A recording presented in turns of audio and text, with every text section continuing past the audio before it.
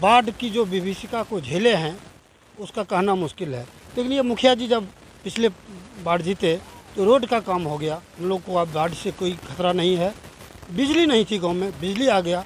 जो शिक्षा का जो स्तर था बहुत हम लोग का गिरा हुआ था, पढ़ाई की व्यवस्था नहीं थी।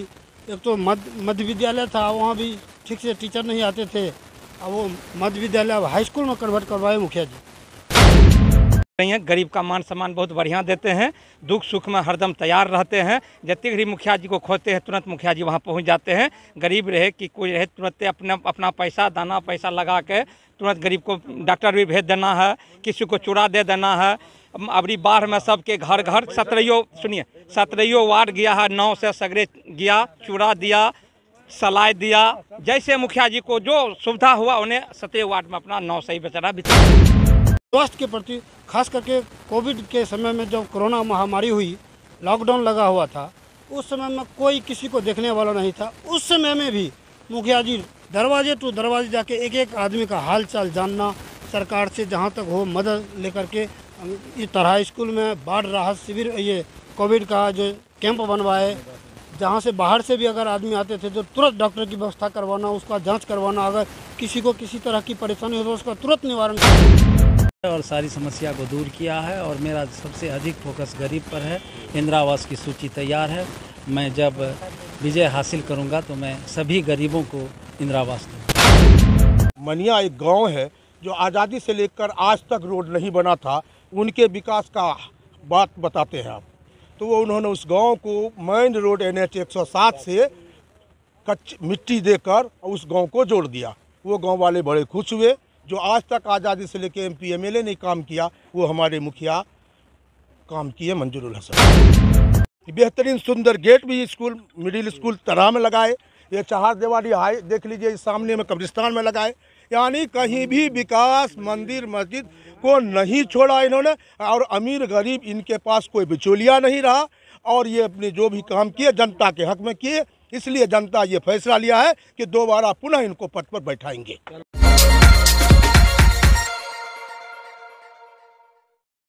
ठीक है, नमस्कार, आप देख रहे हैं दी बॉस न्यूज़ और मैं हूं सरफराज आलम। 15 नवंबर को पंचायत चुनाव सहरसा ज़िले के बनवा इटहरी प्रखंड में जो है चुनाव होनी है। और ऐसे में ये तस्वीर देखिए, ये तस्वीर कोई प्रोग्राम की तस्वीर नहीं है, कोई सभा की तस्वीर नहीं है। एक मुखिया प्रत्याशी है जो जनसंपर्क कर रहे हैं और उसके पीछे ये भीड़ की तस्वीर हम आपको दिखा रहे हैं। सहयोग मिल रहा है और काफ़ी लोग यहाँ पर मौजूद हैं, उनसे ही बात करेंगे। और यहाँ के जो मुखिया प्रत्याशी है, निवर्तमान मुखिया, इनसे ही बात करेंगे और जानने की कोशिश करेंगे कि पिछले 5 सालों में इनके द्वारा कितना विकास का काम किया गया है और आगे की क्या रणनीति है, किन किन जो काम को लेकर जो है ये आगे की जो रणनीति है उसको लेकर जनता के बीच जा रहे हैं, किस मुद्दे को लेकर वोट मांग रहे हैं। आपको हम बता दें कि 15 नवंबर को जो है यहाँ पर चुनाव होनी है, जिसको लेकर तैयारी जो है जोरों शोर पर है। प्रत्याशी भी लगातार जनसंपर्क कर लोगों से मुलाकात कर रहे हैं। और मंजूरुल हसन इस वक्त हमारे साथ मौजूद है, मुखिया प्रत्याशी है और निवर्तमान मुखिया है सोहरिया पंचायत के।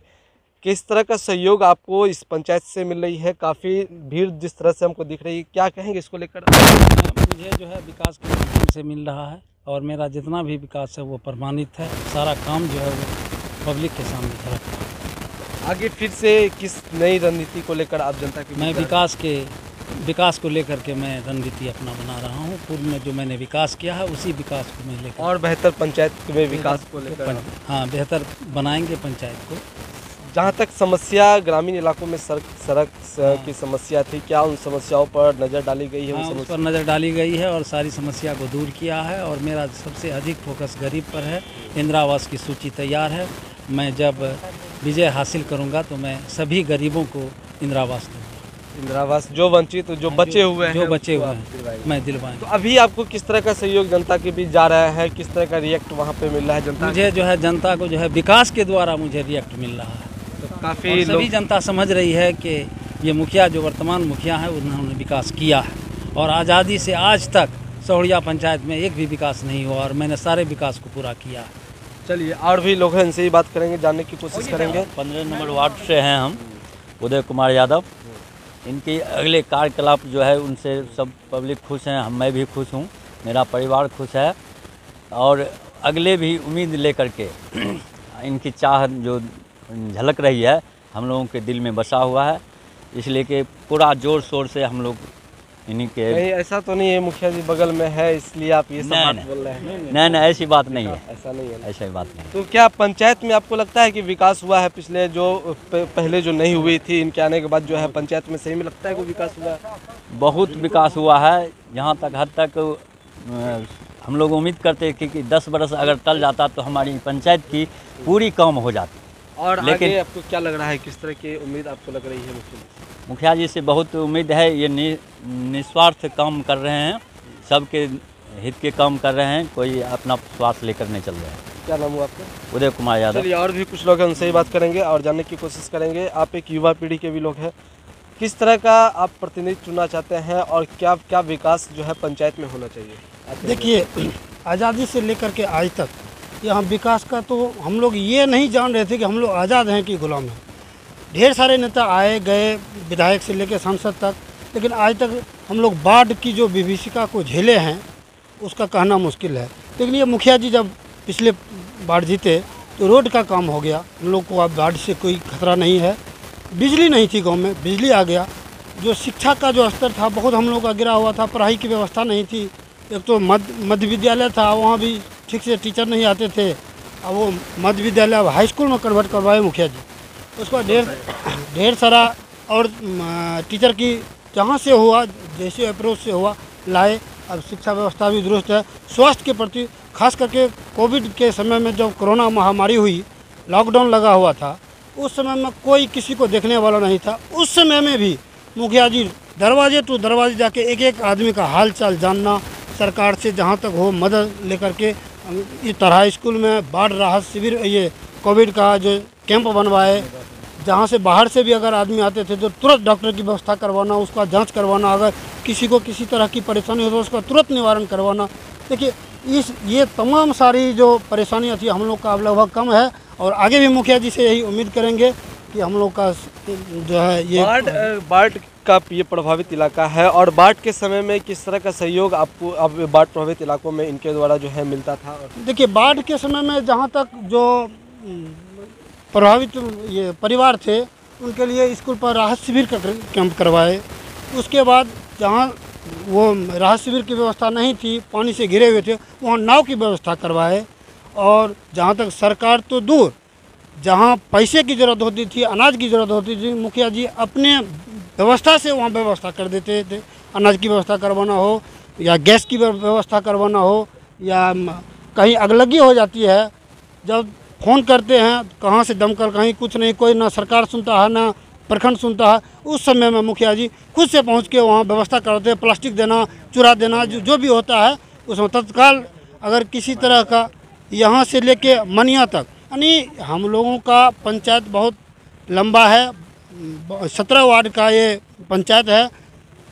एक वार्ड से लेके 17 वार्ड तक सब जगह का ही ध्यान रखते हैं। ये कोई ज़रूरी नहीं है मैं 12 वार्ड से हूँ तो 12 वार्ड का ही रखते, प्रत्येक वार्ड में घूम घूम करके अपने से सुबह शाम जैसे होता है वैसे जा करके। मेरा नाम अवधेश कुमार है, मैं पेशे से आदिवासी। समस्या आपकी पंचायत की दूर हुई है? जो समस्या थी वो समस्या दूर हुई है? जी, 14 नंबर के हम मोहम्मद गनी खान हैं।